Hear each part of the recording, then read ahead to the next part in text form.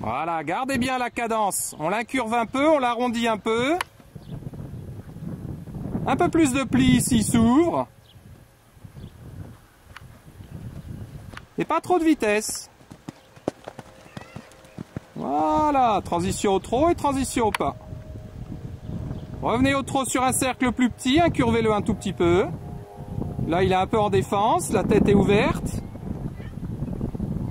L'angle tête encolure est encore trop ouvert. Ralentissez le main gauche. Voilà qui est mieux. Encore un peu moins vite. Ouvrez ce bras intérieur en reine d'ouverture. Doucement. Là, il précipite. Voilà, soutenir la main intérieure. Gardez le contact reine gauche. Vous écartez un peu trop le bras gauche. Il n'y a plus de contact à l'extérieur. Voilà, ça c'est mieux ça. Allez, une diagonale comme ça. Garde contact des deux côtés, sans qu'il s'ouvre. On prépare à gauche, tranquillement. Restez plus assise. Vous verrez, votre ventre, il bouge les hanches vers l'avant. Au lieu de garder le ventre vers l'avant et les hanches vers l'arrière, voilà, vous avez tendance à rebondir dans la selle, mais parce que vos hanches partent vers l'avant.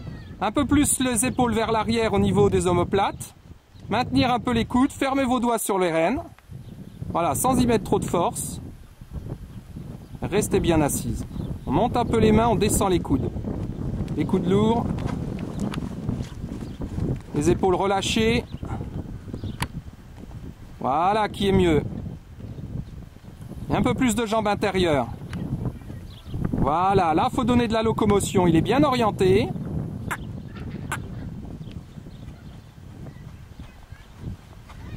Et on change de main tranquillement. Vous voyez comment il fuit dans ses épaules? Rien que parce qu'il regarde un peu ailleurs, les barres, ainsi de suite. Voilà, ça c'est pas mal ça. On verrouille un peu à droite en fermant les doigts ou en fermant la jambe pour pas qu'il vienne se crisper. Allez, une transition et un arrêt. On ferme les doigts en restant bien assise. Et on garde ça.